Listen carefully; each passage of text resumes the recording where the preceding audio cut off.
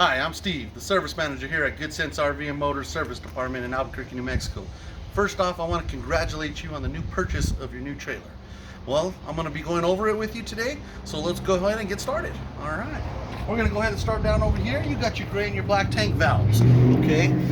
This is going to be where you're going to drain your tanks. You're going to hook your hose up. Now, when you do drain these, you want to make sure you do the black tank first, then you do the gray tank after you close the black tank. Never open them together. You'll end up with a mess and it'll really start stinking up your trailer. Reason you want to do the black first is once you close that valve, the gray water will flush out any septic and stuff that's still sitting inside your piping and stuff there.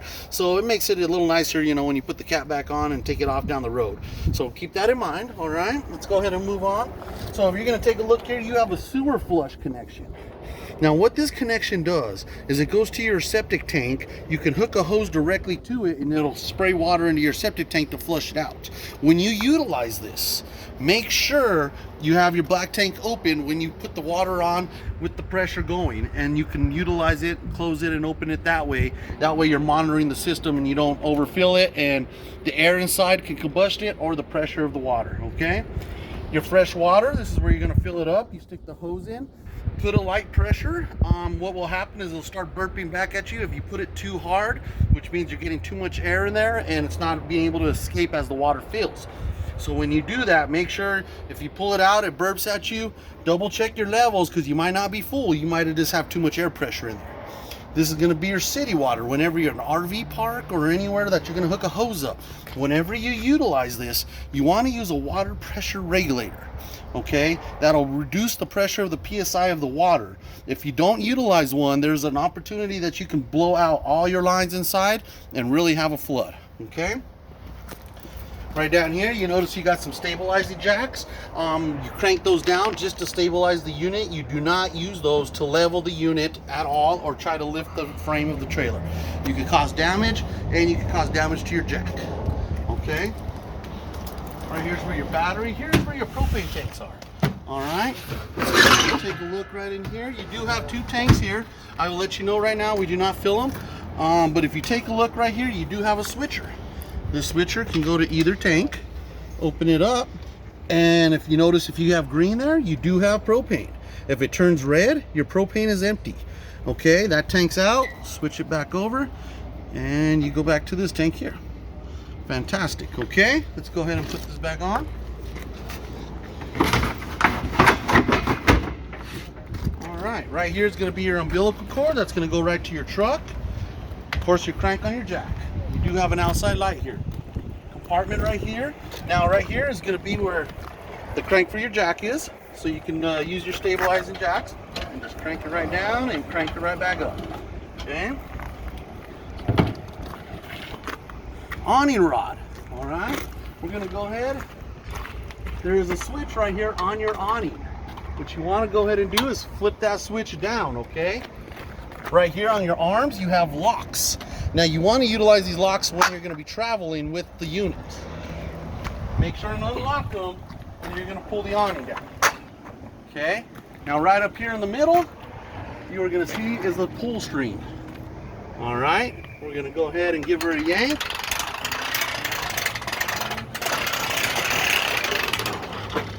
And there we go.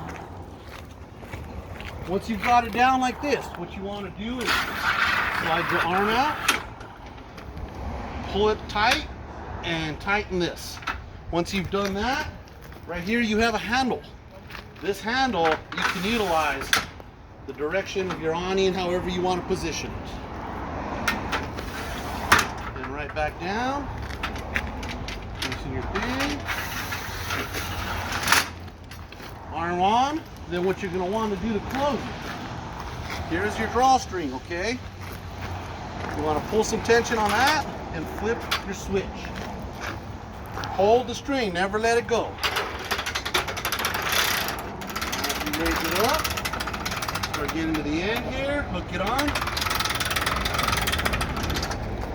Awning's up, come and lock your arms in place. Now your arms are ready for travel, your awning is ready for travel. That's how you utilize your outside awning. We're going to put it back in there. Right here, you're gonna notice you have a furnace exhaust system right here. A lot of people like to put the screens on those things. They're great for storage, but if you're gonna utilize this furnace, you do not wanna have those screens on. You need to remove them. I know it doesn't look like it, but it does reduce the airflow by 50%. So make sure you do not run this with anything blocking this or anything on these, okay? You do have an outside plug right here. All right, let's go ahead and step into the trailer. Now, before you step in, right down here is going to be where your fuse panel and everything is. Your breakers and panels right there. If you ever need to check anything, have power issues, that's the first place to look. And of course, right here you have an LP gas detector. If this thing starts going off, don't just mute it. Make sure you check and see what's causing it to go off. It could be a low battery, but it can also be there's some gases in here. Okay, right up here is your refrigerator. If you notice, you have an on-off. Okay, you put it on auto. What it'll do is it'll look for electric 110. If it doesn't find it, it automatically switches to the gas. Okay, if you take it off auto, that means you're just running on propane. Okay, now when you fill this fridge, you want to make sure that you put everything in the fridge first, have it nice and cold, then transfer it to this fridge. Do not stick it in here warm. Okay, it'll never get cold. So make sure you do that. The freezer too.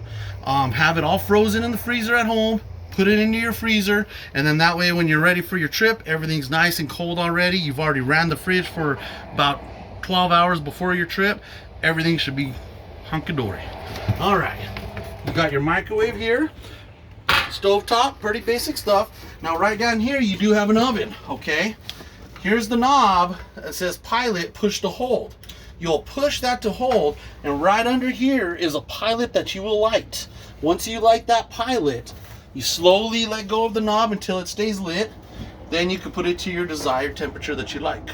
Okay, then you can leave it on pilot if you like, or you can go ahead and switch it to off and, you know, leave it off. All right, basic stuff, your sink and everything, cabinets right back in here. You do have an access panel to right there. Now right over here, you're gonna notice is gonna be where your control system is. All right, ceiling lights, flood lights, porch lights, okay, there's everything there. As you notice, all the lights turned on. All right, your slide out, okay, here is the button to bring your slide out in and out. All right, as you can tell, I'm bringing it in. I'll go ahead and put it back out for the moment. All right, and of course you do got your radio and everything here, and she lights right up. All right, now let's move over here to your monitor system. Right over here, you're gonna notice is where it has full, 2/3, 1/3, and empty. Your galley, I'm sorry, gray, black, fresh, and battery. You just go ahead and click on them, and it'll tell you the levels. Okay, right here's your water pump.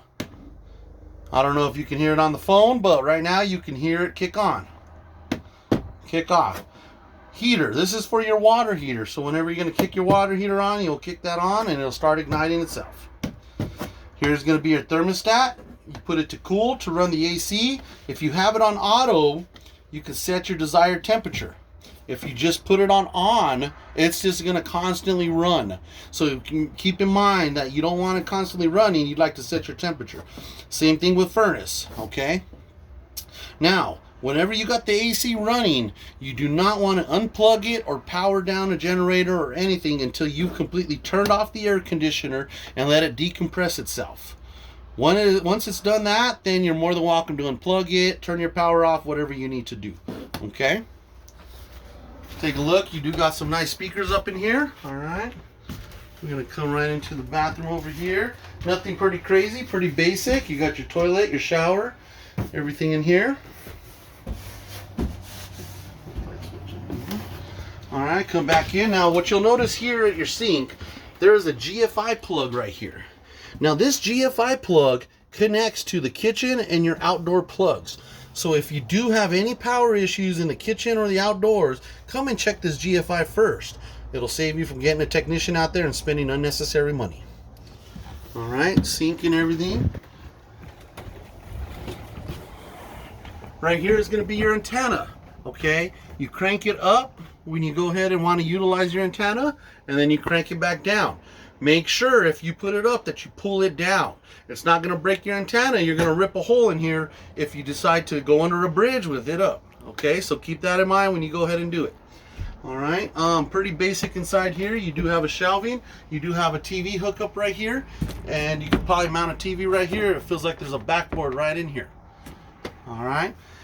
Well, pretty much in a nutshell, that's pretty much what's going on with this trailer.